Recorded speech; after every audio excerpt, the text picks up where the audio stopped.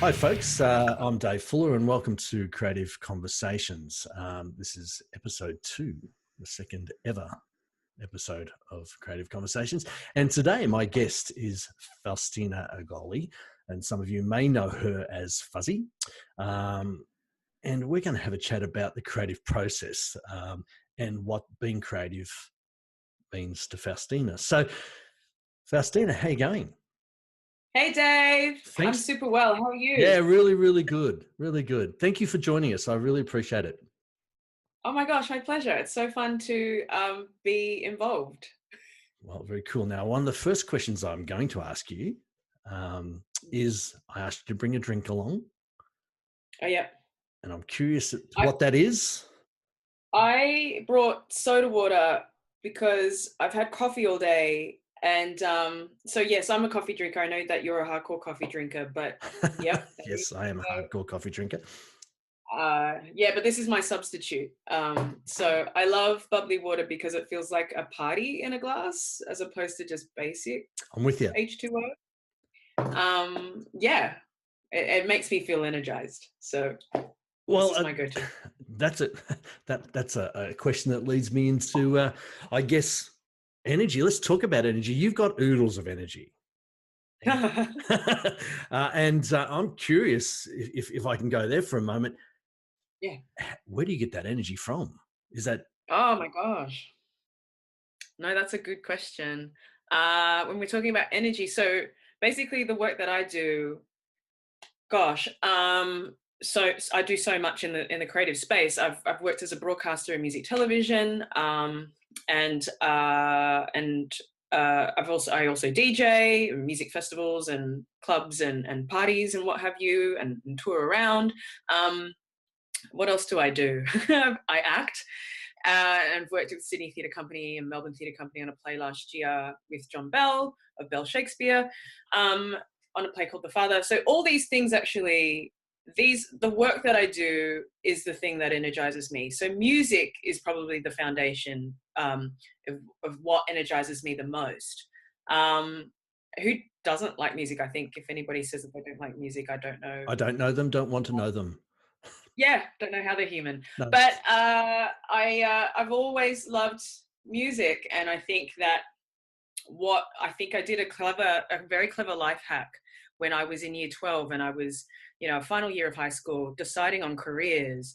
And I knew that I was like, okay, if I want like a pipe dream life, it would be to host or produce a music show or a travel show, and like eventually host and at the time the show that I ended up hosting on didn't have hosts, but I was just like, that is my dream goal, so I'm going to go for it. And sure enough, I think that's why I have energy, because if I had a regular office job, and it's not knocking people that have office jobs, I'm just not that person. But I just know like what makes me feel good, and so that's the lane that I'm in. So that's probably, it's like two-handed, like it feeds me and I feed it. Do you know what I mean? I do. So that's awesome. So it's Yeah. what you're doing that's giving you the energy. So it's not the coffee. No, it just, the coffee supports me, and the bubbly party water supports me. So yeah. I'll have to try that as a substitute for coffee. I'm not sure it'll work, but I'll give it a crack.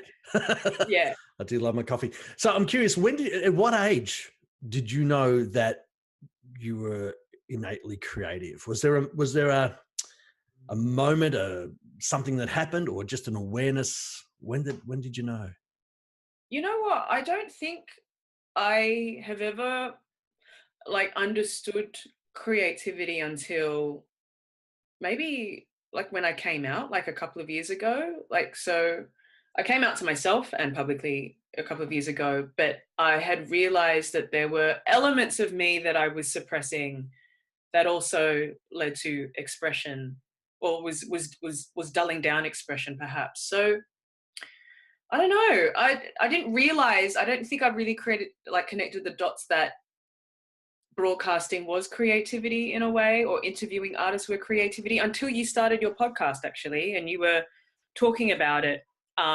So for a bit of context, Dave Fuller and I were both in a closed private coaching session with rock star rock star mentor Mel Robbins Indeed. from the US.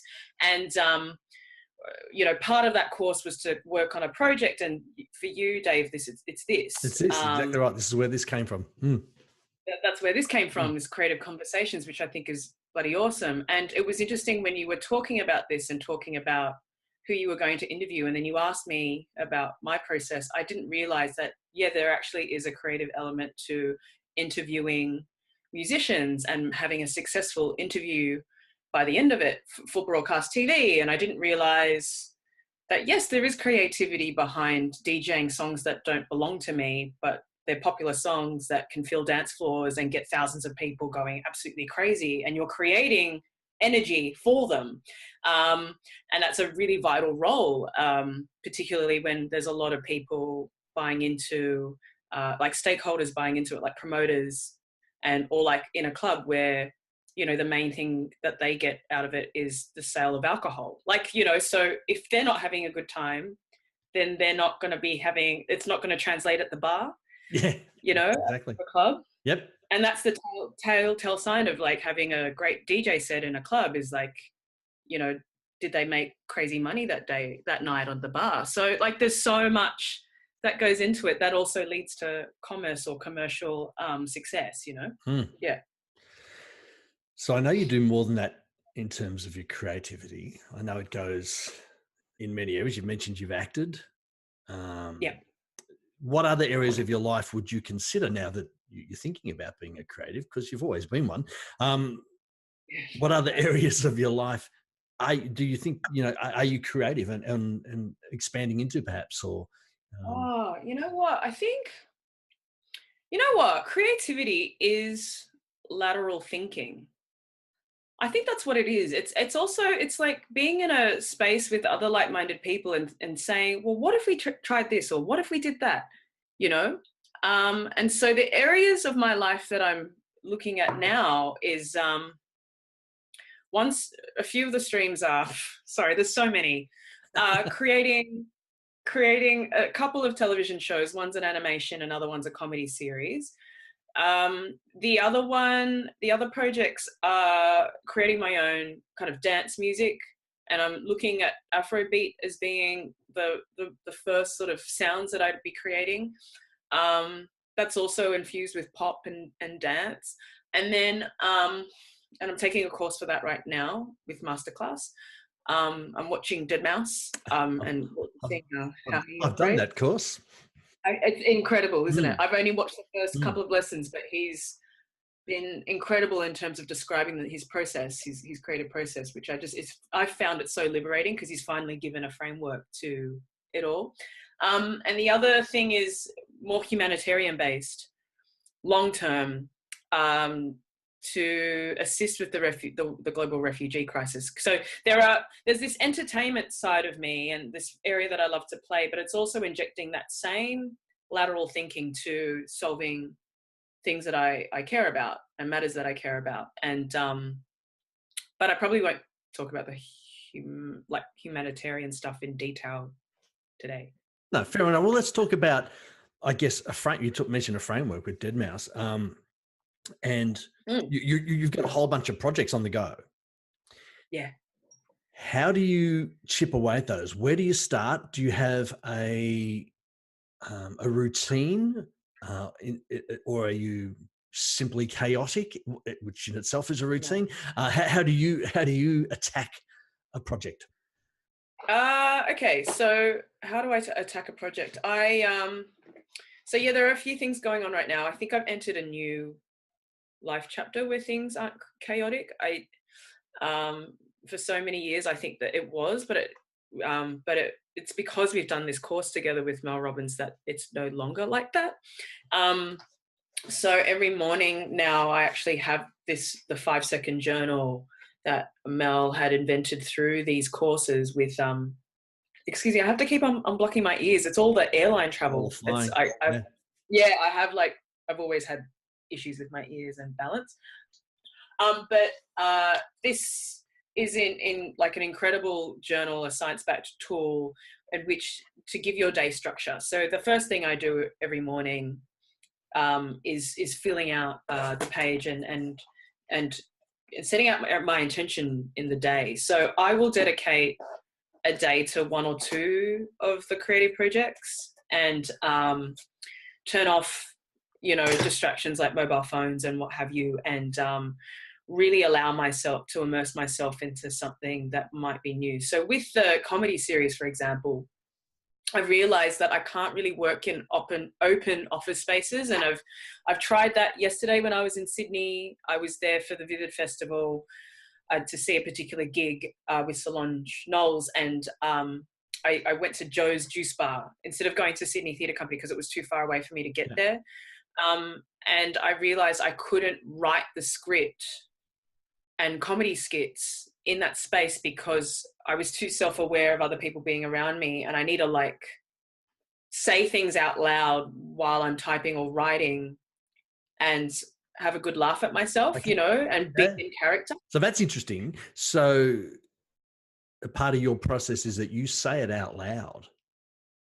Yeah, I can. I think that's because a lot of it is based off improvisation and being silly and which is why you have a rehearsal room before, when you're working on a play, is allow you to be a drafts person of the work. And so I've realized I need to be in an enclosed space by myself in order to do that. So I've gone, okay, I need to be at home or in an enclosed space in order to write this comedy series where I'm not physically writing all the time. I'm actually acting out things to myself or in my head, so I don't look like a crazy person in front of safe space.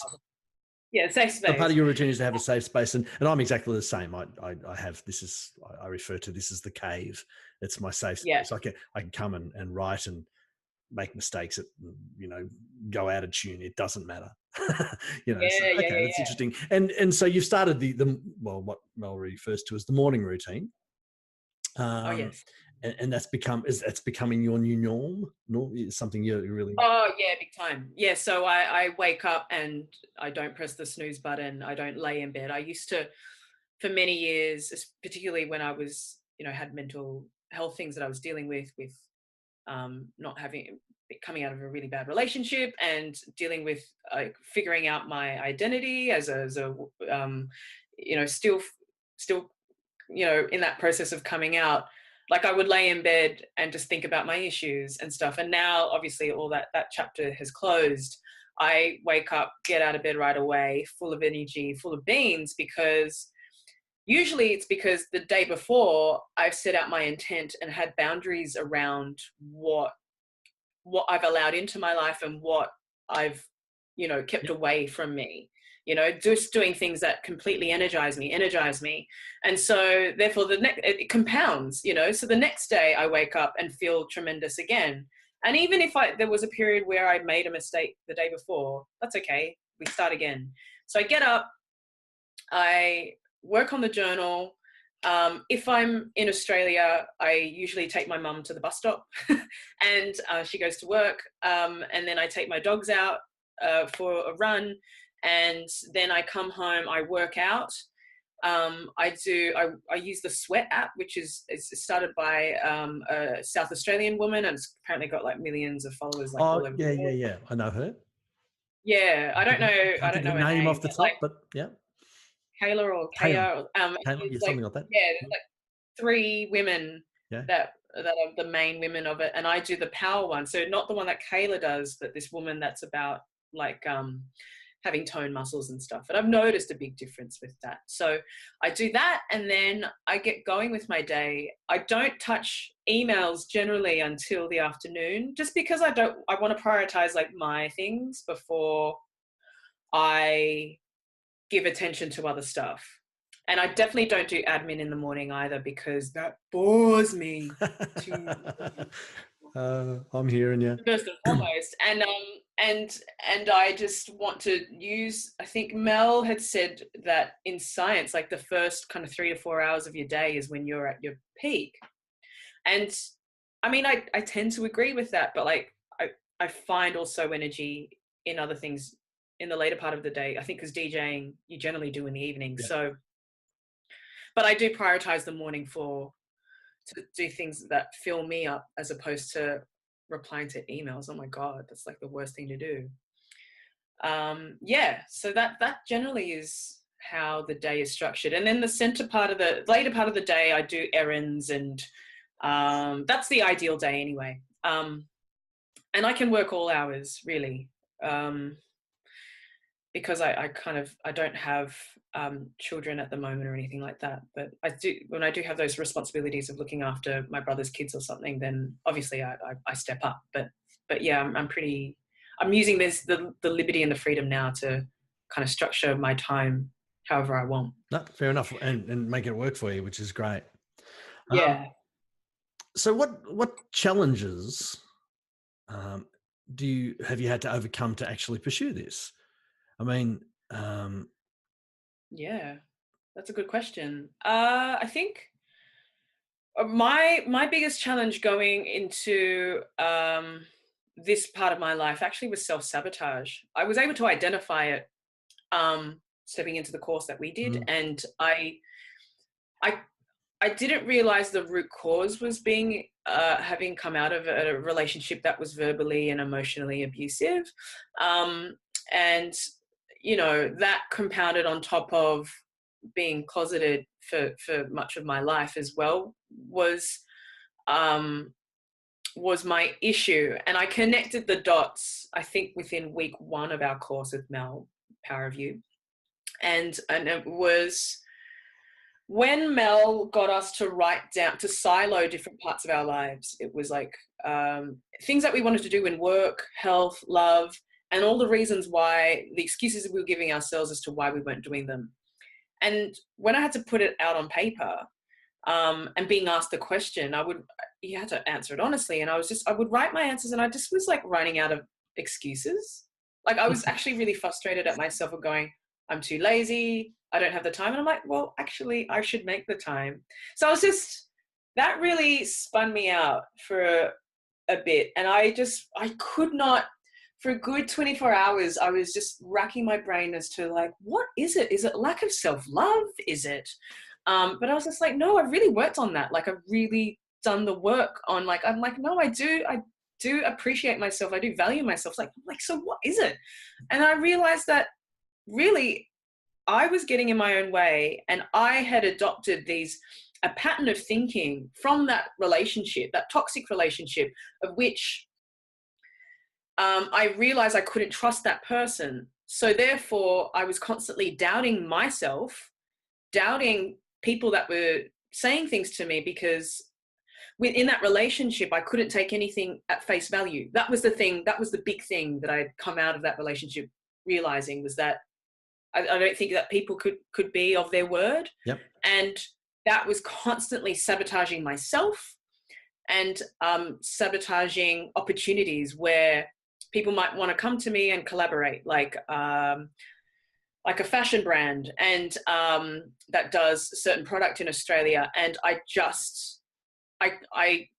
pissed that opportunity away because, and that relationship away, because I internally, my brain was working overtime like it did in the relationship. And I felt like I couldn't trust the people that were just so lovely, and I just, so yeah, it's like having the worst Instagram filter on your life. Do you know what I mean? Like, it's so ugly, and you're not seeing the world clearly, and it's not as beautiful as it actually is. And so once that filter came off, once that toxic thinking had turned off, which was after that week, once I hit that light bulb moment from being provoked with these questions, I was just like, oh, that's how you do it. And then there's all these tools that we have from the course, as you know, to override your brain from thinking these habitual thoughts that have prevented you from doing stuff. So that was what got me. Fantastic. I'm going to take this little opportunity to plug Mel. This is not about Mel Robbins, but if you haven't read the book, The 5-Second Rule, look, seriously, do it. It may well change your life. So there's a warning there. It's a really simple concept, but, and as Mel says, it's simple, but it's not easy. And it is a great read. It's simple. Get the audible copy and she'll read it to you. It's fantastic. So I'm going to get that out there, because not everyone I interview will have done The Power of You, and not everyone will have read the book, but it is a fantastic book. And, then go follow Mel and You never know. Yeah, well, I want to back you up on that, because I don't think I would be at this point of my life and crushing it, like having come off a music tour with Groove in the Moo, and had the interactions that I've had with people since, if it wasn't for her. So Yeah. if anything, all credit bloody to her. Like, for me, my heroes: Mum, Oprah Winfrey, Mel Robbins. That's how it works in my life. It's Oh, like the holy trinity. there's nothing wrong with that. That's a good set of heroes. Yeah. Fantastic. Well, I saw a little bit of a clip from backstage at Groove in the Moo. Well, not backstage, you're on stage, actually, the clip I'm Side of thinking stage. of. And so much energy. How do you get yourself up for something like that? Because, or is it just organic? Does it just happen? That's interesting. I could easily be intimidated by the size of crowds. But I think there's so much going on in my head in terms of what do I play first to hook in the crowd, because that's really key. The first song is everything in Yep. my mind. Because you can easily clear a dance floor that way. But in a festival crowd, I think it might be a bit different. But they might disperse a bit slower. But I'm thinking strategically at this point. But another thing that we're taught with performance is, like, when we're usually nervous, it's the same thing physiologically as being excited. So again, referencing Mel says to say, I'm excited, I'm excited, I'm excited. And that was actually a tool that I've used ever since, before performing.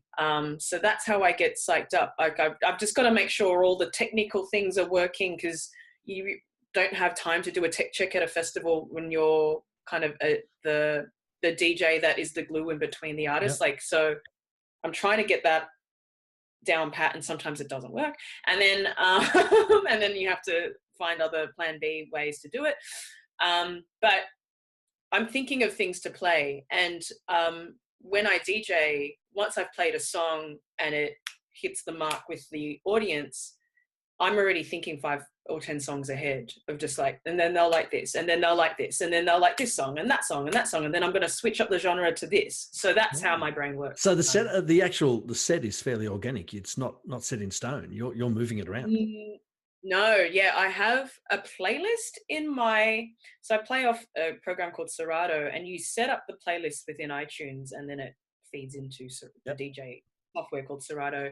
But I have a playlist, and it was short enough for me to go to look at the songs and go, okay, it is organic, but I also know when to build an audience, and what songs build an audience, and what songs allow them to sing along and like relax a bit more. But everything is very commercial and accessible. The intent of playing to a festival in between artists on this tour, like Confidence Man and Duke Dumont and Mine, who's a rapper, is like, for Groove in the Moo, the intent is that the kids that show up, I think the demographics around 16 to 25 generally, I think. And for a lot of the kids, they might not know all the songs of the artist they're about to see. And so you need to be as inclusive as possible so that they don't feel like they're out of the party, so to speak, where there are hardcore fans that know every single word. You want them to feel relaxed and less anxious about generally their first festival experience and being in a massive crowd, but also to feel like the party is always going on. So it, you know, before a rapper like Amine, sometimes I will drop Bohemian Rhapsody. So it's like not a song that like is in the same genre as him, like in hip hop, but it's like something that everybody knows and sings along to, and it brings the house down. Gets everyone moving their neck. Yeah, people Yeah. go crazy. Yeah, And like before Confidence Man, they're like a pop kind of Australian act duo, and before them I will play things like I Want to Dance with Somebody by Whitney Houston, and all the kids know the words to that song, especially the chorus, and they go off. Like, they will literally be, there's kids climbing poles in the tent, people on their shoulders and waving their arms about, and like it just goes off. Or Starships by Nicki Minaj. If you want a mosh pit, like that will get people jumping up and down. Like, it's wild. Okay, here's a question. for any creative, when you've got that scenario, sometimes things just go belly up. Things don't work. Mhm. How do you handle disappointment? That's a good one. Uh, well, first of all, I should be prepared. Prior preparation prevents poor performance. So I have to own it if the fault's on me, and if I've not played the right songs, or if I've messed up royally, and that has happened in the past, and I've learned from those mistakes really bloody quickly. Um, how do you deal with it? You learn the lesson and move forward. You can't rewrite the past. You can't rewrite a bad DJ set. You can apologize to the promoter and just like promise that you'll do a better job if they hire you again, or if you've got another opportunity on tour. But I like with the Falls Festival, for example, that was the first festival I DJ'd at, and I realized from playing in between artists there that there was just songs that just would go down like a lead balloon, and other songs that would just go off. And from that experience, I've gone, okay, I get it now. And I realized that I need to play a particular kind of sound, which is usually music in the pop spectrum. Yep. Yeah. Very good. So with some of the creative endeavors you're working on, there will be a process, I presume, where it gets to a point where it's ready and you have to pitch that. And there's the potential for rejection or disappointment there. Has that happened to you before? And Yeah. what impact has that had on your ongoing creativity? And once again, how would you deal with that? Yeah, that's a really interesting question. I don't think I've created original product yet that has had to have gatekeepers approve it. And I feel that being in the digital age now, I don't need permission, actually. So with the comedy series, for example, the way that I'm getting around it, because I've had a bit of like, how do I describe this? I've worked with writers in the past, like last year while I was doing the play, with a general concept of doing a story around my life and being a woman of color, being out. And I realized that there were barriers with working with certain people. And a lot of it has to do with the fact that we don't have the same shared experience of being a person of color in this country.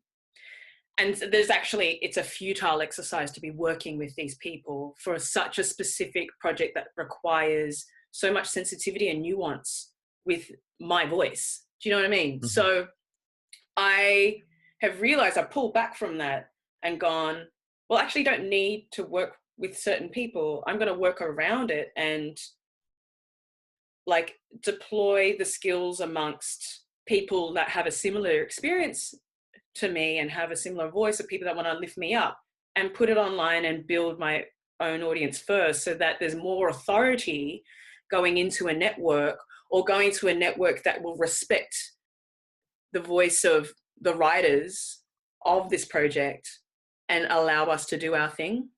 And I think that that's how I go about it. So it's not particularly rejection per se at that stage. I think it's having clever conversations of how it can be of mutual benefit for a network as well as for the artist. So yeah, I think that's how I've always kind of dealt with my career and working with people, is like finding avenues so that both parties are satisfied. You touched on a point there of, I guess, barriers, and I'd like to pursue that a little bit and just ask, what barriers have you come up against in your career that you feel you've either broken down, moved through, or are still there and still need to be broken down and moved through? Okay, so it's interesting when we talk about barriers, because sometimes I feel like we assume that barriers are there and they're not really. That's a very good So, point, actually. yeah. Mm. So with when I wanted to work in music television, I think I was like 19 or 20 years old, and I realized and I grew up in Melbourne. I was studying at the University of Melbourne and at RMIT at this stage. I realized very bloody quickly that any TV show that I wanted to work on was based in Sydney. So I had to get my ass over to Sydney. So that meant I took a part of my degree at Sydney University. So instead of Melbourne, so I got permission from Melbourne University to then do a whole bunch of courses, and I had to go to every professor personally who was taking a class to sign off and agree that this particular subject that I was doing at Sydney University matched with the Melbourne degree.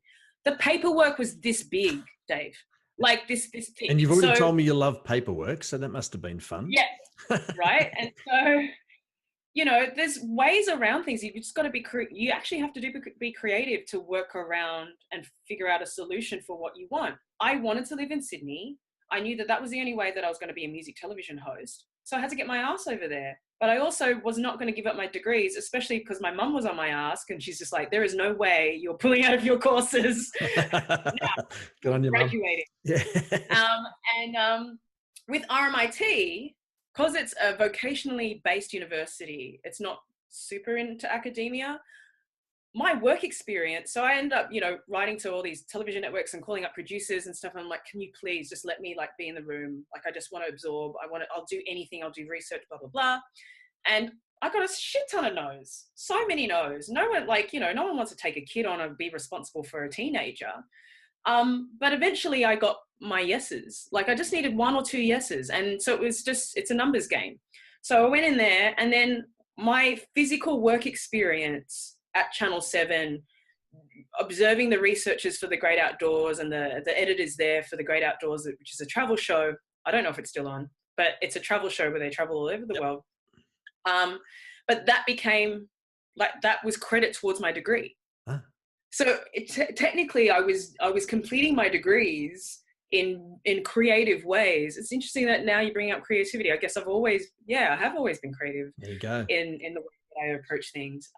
But I was doing my degree simultaneously with getting into TV, which was working behind the scenes, absorbing as much as I could. I also worked behind the scenes of a kids show called High Five. It's very popular in Australia.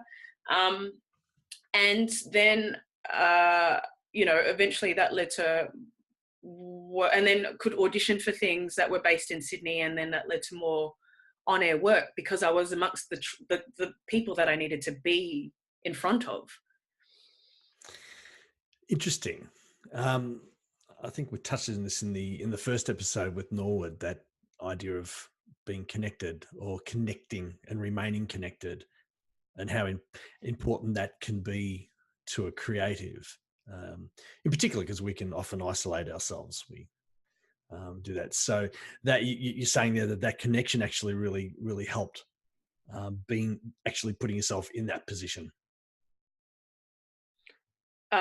You mean to get a job in TV? To do anything, or to further your career, is just being there, connected. Oh, it's all about connection. It's all about physically being in the space of the people that you want to work with, or putting yourself in front of the opportunity. You know, my television career wouldn't have happened if I stayed at home in Melbourne and twiddled my thumbs, or if I stayed at the universities and just stayed in the library and completed my assignments. It doesn't work that way. The phone doesn't ring for you. You have to go to the opportunity. So I knew that I had and I set out the goal to be a host and or producer before I graduated. Like, that's how hardcore I was about it. Yeah. So I got the hosting gig of Video Hits, which was a national flagship music program, the longest running music show since Soul Train at that time, and got to travel the world interviewing every major musician around the world, from Adele to the Black Eyed Peas to Kanye West, Calvin Harris, you name it. But that all came from the hard work of putting myself into that opportunity, and just going for it. You know, I had to physically be in Sydney in order to get to that point, to the mountaintop. Fantastic. Putting yourself well, and there's I guess a lesson for any creative of any age, that you It's not going to happen if you just sit in your room. No, you can sit in your room and do stuff on the internet now. Like you can Well, put that's stuff on true. YouTube, but it wasn't like, and I would play the game that way as well, you know, if that was the tools that I had then. But back then we didn't have those tools. But yeah, I just went hard. You just think like, I don't know. I think maybe my brother's a doctor, and he thinks about things very strategically. Like he figures out a blueprint in order to, like he needed a blueprint in order to get into medicine. Like how is he going to nail this exam? How is he going to nail an interview? And I think I witnessed very early on how he thought about the world and how he was able to get from A to B in his goals and his career. And maybe I think perhaps that's rubbed off on me in some way, where I've gone, okay, well, if I want to be a music host, what do I need to do? Or like, okay, if I want to be a DJ, what do I need to do? And like, what do I need to learn? Or if I want to be an actor, what do I need to do? And so you just study the landscape, and you study the people that are killing it. So with acting, I studied Kate Blanchett for ages. I literally absorbed every interview that she ever did, and I figured out the blueprint of how her career has worked. And that was part of the tools in which got me into Sydney Theatre Company, which is the space that she's worked in for years and years and years, and she was artistic director of. So there's a blueprint for everything, is what I'm saying. Yep. Yeah. How do you capture your ideas, Faustina? Do you have any tools that you use to capture? I mean, you've got your planner in the morning. Sorry, I've completely lost my train of thought there. What other tools do you use apart from that to capture your ideas? You've got some go-to ones that you can share? Yeah, I do. I've realized that because I'm in such an energetic state and on a high when I listen to music, this is going to sound really weird, but sometimes I listen to the same song over and over and over again. It's just because I just go into a trance. Do you feel that way? I do it a lot. Yeah, right. So when I do that, like if I listen to a Whitney Houston song over and over again, or for example, Ace of Base, I Saw the Sign, like that's really easy to listen to over and over again. I allow my mind to daydream while the song is playing, and I usually come up with brilliant, but just like really ideas that I feel like I'm in alignment with when I'm in that state. So, okay, you've got the brilliant idea. What do you do with it? How do you get it down so you don't lose it? I just write it down. Do you old-fashioned pen and paper? Yeah. Definitely pen and paper. Yeah. Okay, cool. Yeah. Or like if I don't have the tool on me, then I'll put it in my phone.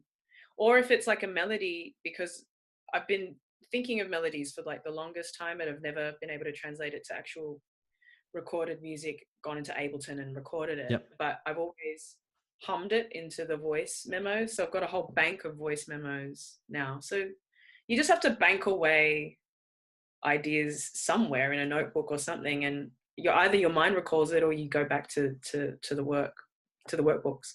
I think we're very lucky. We live in an age where we can capture things digitally and very easily. Yeah, very easily. Big time. Big time. One last question, and I'll let you go. All right. You can hang around if you want. I don't mind. Right. If you were talking to, I don't know, a 10-year-old you, or a very young creative person, aspiring writer, actor, TV presenter, what advice would you give them or give yourself? To definitely follow inner wisdom and follow your heart. I think that has been the biggest thing for me, because when I haven't done that, I've paid a very heavy price. Like not following through on my instinct that I thought that I realized that I was gay, for example, in my mid-20s. And I should have just honored that and accepted that. And but I kind of confided in the wrong people at the time, and then I became positive. So no matter how grand the idea might be, or the thing that has you shook because your inner wisdom is speaking to you, run with it. really. Like, just do it, because there's nothing but blessings that come from it. Excellent. And I think on that note, I will let you go. Thank you very much for joining us, and I've loved it. It's great to talk to you, and I'm going to let you go. But I wish you all the very, very best for your endeavours in the future. Likewise with you, Dave. Thank you, and hopefully we'll get an opportunity to talk again. All right, mate. Just hang online, and I'll end the recording here. Okay, cool.